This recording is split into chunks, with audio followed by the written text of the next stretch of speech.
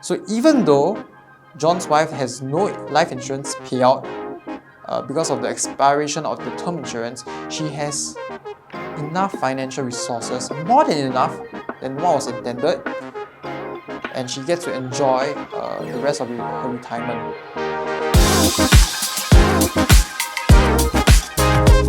Hello everybody, my name is David and I'm an insurance specialist at Haven. Today the topic that we are talking about is what happens if you outlive your term insurance. So I think that some of the questions that underpin this topic is that we want to cover today is firstly, how long do you need the insurance coverage to last you? Number two, is term insurance all you need, or do you require additional protection? And thirdly, what happens if a crisis happens after my term insurance expires? So these are very important questions that we want to look at today. So in order to answer how long do we need the cover to last you, we need to understand your accumulation journey. And this is a typical timeline of the accumulation journey where a person would try to build their current assets into a greater future asset using their income, where they are eventually able to achieve financial independence to eventually retire. And in this financial accumulation journey, the most important financial asset is your ability to make an income. Your working income is very important, and we need to ensure that it continues to come in, even in the event of a premature death, an illness, a critical illness, and an occupational disability, right? And that's where we need to have income protection. We need to have income replacement in the event of any of these three key events during the accumulation phase. But the need to protect against income loss is only temporary, because when you finally achieve financial independence, you have enough financial resources, you no longer depend on your employer to give you an income. But how long should the coverage last you? What is the duration of coverage needed?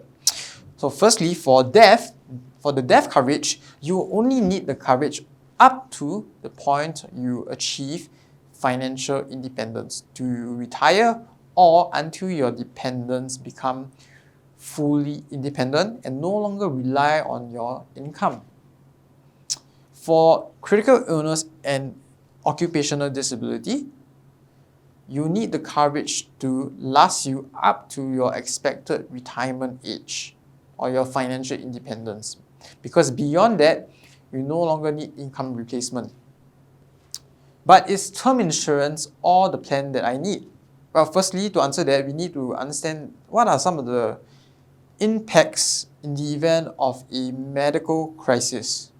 So there are two key impacts. Firstly, the first impact would be loss of income. But we know that to protect against loss of income is only a temporary need, because you would be financially independent and no longer need income replacement. But the second impact would be the impact of increased expenses, increased medical expenses or long-term care expenses. So for medical expenses and long-term care expenses, we need to have lifetime protection, right? To cover the cost of medical treatment, to cover the cost of long-term care expenses such as caregiving expenses, rehabilitation costs, medication. And we also need to have lifetime protection if you're concerned about the cost of alternative medicine such as traditional Chinese medicine or experimental treatment that is not covered under your hospitalization plan. And that's when you need to maybe consider a lifetime critical illness coverage to make provisions for alternative treatment. So yes, beyond just term insurance, there are still a few layers of protection that you need throughout your lifetime, which is your integrated shield plan, your hospitalization plan, your long-term care plan, or what we call CareShield Life in Singapore, and possibly a lifetime critical illness coverage if you have concerns of alternative medicine treatment. But what happens if a crisis happens at the expiration of your term insurance. So let's take a look at this case study. John, age 65, has finally achieved financial independence and accumulated $1 million in his retirement account. That $1 million is meant for a combined retirement spending for both himself and his wife. He has 2 children who are fully grown and have started working full-time jobs and no longer depend on his income. And at age 65, his 25-year term insurance plan with $500,000 of coverage has expired. That coverage used to provide him with a death benefit and a critical illness benefit for income replacement. So scenario 1, John at age 65 has unfortunately passed away due to a heart attack. So what is the impact? So firstly, since his term insurance has expired, there is no longer going to be a death payout to John's wife or John's dependents, right? So no life insurance payout.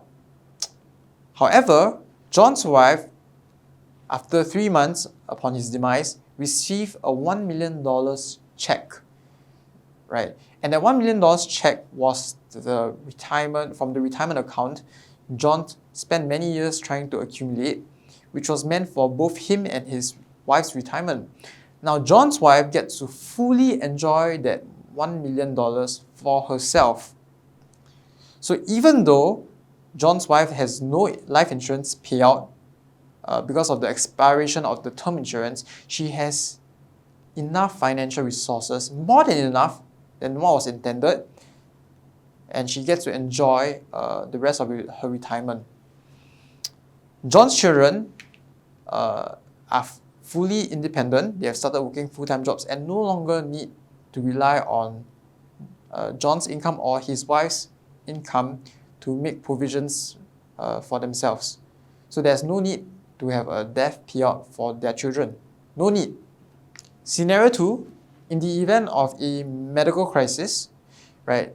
If John suffers from a stroke, right, and that stroke requires him to be hospitalized for a number of weeks, and after the hospitalization, after he was discharged, he was sent to a nursing home because his family felt that he would receive better treatment and a better standard of care because he is unable to perform 3 out of the 6 activities of daily living, which is a severe disability. So since John's critical illness term plan has expired when he retired, there is not going to be a critical illness payout from his plan. However, John's medical expenses incurred at the hospital, the cost of daily ward and treatment charges, and the cost of the surgical procedures will largely be covered under his integrated shield plan or his hospitalization plan. But what about the cost of his nursing home, right? What about the cost of medication, rehabilitation, right? So John would also have his long-term care plan or CareShield Life plan in place, which pays out a monthly disability benefit to cover the cost of caregiving expenses. So you see, based on these 2 scenarios, you can see that even though the term insurance is expired, right, because John has already achieved financial independence, his family will be well taken care of, and because he still has the lifelong protection plans in place, he would still be able to cover his medical expenses and long-term care expenses. So I hope that today's session has been helpful in understanding your protection needs and how long you should structure the duration of your cover. Thank you very much, and I hope to see you again.